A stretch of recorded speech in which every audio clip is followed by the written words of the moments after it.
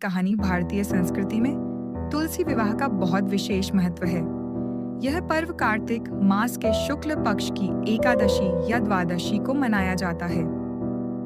इस दिन तुलसी माता पवित्र पौधा का विवाह भगवान विष्णु के स्वरूप शालिग्राम या श्री कृष्ण से कराया जाता है। इसे देवउठनी एकादशी भी कहा जाता है क्योंकि इस दिन भगवान विष्णु 4 महीने की योग निद्रा से जागते हैं। पौराणिक कथा। बहुत समय पहले धर्मराज की पुत्री तुलसी का जन्म हुआ। उनका नाम पहले वृंदा था। वे एक अत्यंत पतिव्रता और भगवान विष्णु की भक्त थीं। उनका विवाह दानवराज जलंधर से हुआ था। जलंधर बहुत पराक्रमी था और उसकी शक्ति उसकी पत्नी वृंदा के सतीत्व पवित्रता से बढ़ती थी। जब देवताओं और दानवों में युद्ध हुआ तो जलंधर के सतीत्व की शक्ति के कारण कोई भी देवता उसे हरा नहीं पा रहा था। तब भगवान विष्णु ने एक योजना बनाई।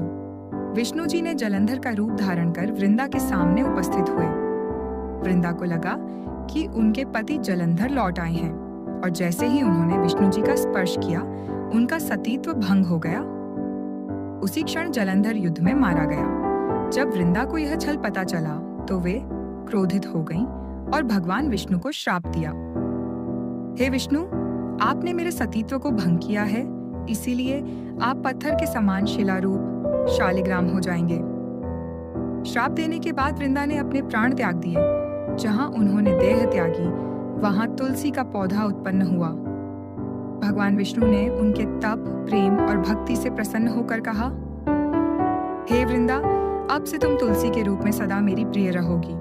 तुम्हारे बिना कोई भी पूजा या विवाह पूर्ण नहीं होगा। तुम्हारा विवाह प्रत्येक वर्ष मेरे साथ किया जाएगा। तब से हर साल तुलसी विवाह मनाया जाता है, जिसमें तुलसी वृंदा का विवाह शालिग्राम विष्णु से किया जाता है। धार्मिक महत्व। तुलसी विवाह के साथ ही देवउठनी एकादशी से शुभ कार्य जैसे विवाह, मांगलिक कार्य शुरू हो जाते हैं। माना जाता है कि तुलसी विवाह कराने से अखंड सौभाग्य, धन समृद्धि और पारिवारिक सुख प्राप्त होता है। यह विवाह मानव और प्रकृति के मिलन का प्रतीक भी है, क्योंकि तुलसी धरती की देन है और शालिग्राम जल और भगवान विष्णु के प्रतीक है। निष्कर्ष, तुलसी विवाह केवल एक धार्मिक परंपरा नहीं, बल्कि यह भक्ति, निष्ठा और प्रकृति के प्रति प्रेम का प्रतीक है। यह हमें सिखाता है कि भक्ति और सच्ची निष्ठा से ही ईश्वर की कृपा प्राप्त होती है।